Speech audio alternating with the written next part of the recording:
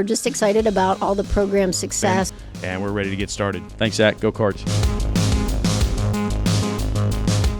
For Wheeling University Athletics, I'm Zach Ziegler. Time for another edition of the Alexis Kelly Show. Currently joined by Wheeling University head acrobatics and tumbling coach Alexis Kelly. And Alexis, your second meet of the year against Fairmont State. You guys continue to build off your skills. I believe you had a higher score in almost every event on the meet. Talk about the meet in total, what you saw. This meet was personally so much better than anything that we could have asked for. Again, between our first meet and our second meet, we had to make some changes with our team, so they were learning new stuff already from the first meet.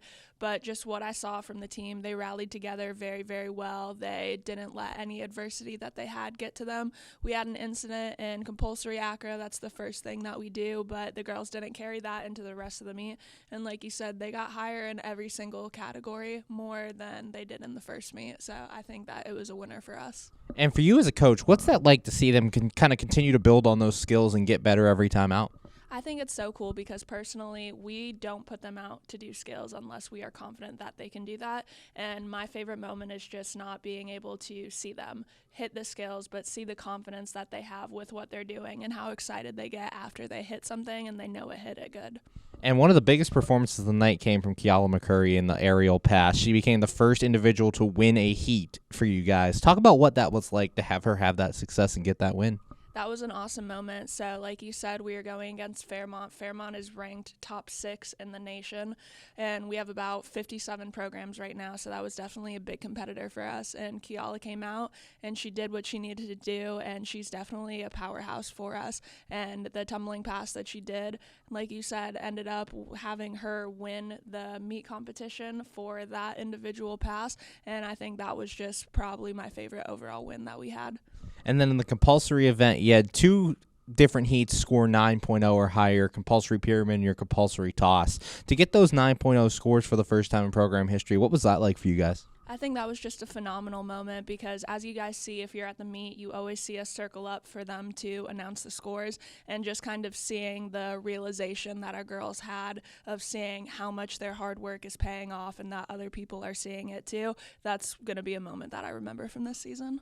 Currently joined by Wheeling University head acrobatics and tumbling coach Alexis Kelly. And Alexis, now you're going to a tri-meet, the first in program history. Talk a little bit about some of the differences between a dual and a tri-meet and kind of what your girls are going to see. I'd say the biggest thing, the difference between the dual and the tri-meet is obviously there's 3 teams in a tri-meet. Luckily, they don't have to compete against individual meets like we were talking about earlier, so it'll be Team A goes, then Team B, then Team C, and then all the scores just get calculated from there. But we're going against 2 very good schools, and I'm excited for our girls to see that because we get to share the mat with them. They get to see not only how much fun the other girls have, but we go against teams and they see them doing other skills, and they come back to practice the next day. They're like, hey, I can do that, or we want to try that. We know we can hit that. So I think meets in general are just a great experience for us because they get to perform and they get to learn. And as you mentioned, 2 tough teams coming up in this tri-meet. You have Glenville State and the defending MEC champions in Frostburg State. Talk about these 2 teams and kind of some of the skills they bring. Some of the skills that they have are absolutely phenomenal. If you look back at their programs, these are the kind of teams that are submitting new skills into the NCATA every year, and they're creating and founding these new skills that other teams pick up along the way, and they think, oh, that's really cool, and they try to do it in their own spin-off as well, too. So these teams are truly changing the sport that we have for us going forward. And finally, as you head into this first tri-meet as a program, what are some of your goals for your team as they continue through this season? I think a goal we have, obviously, every meet we want to do a little bit better.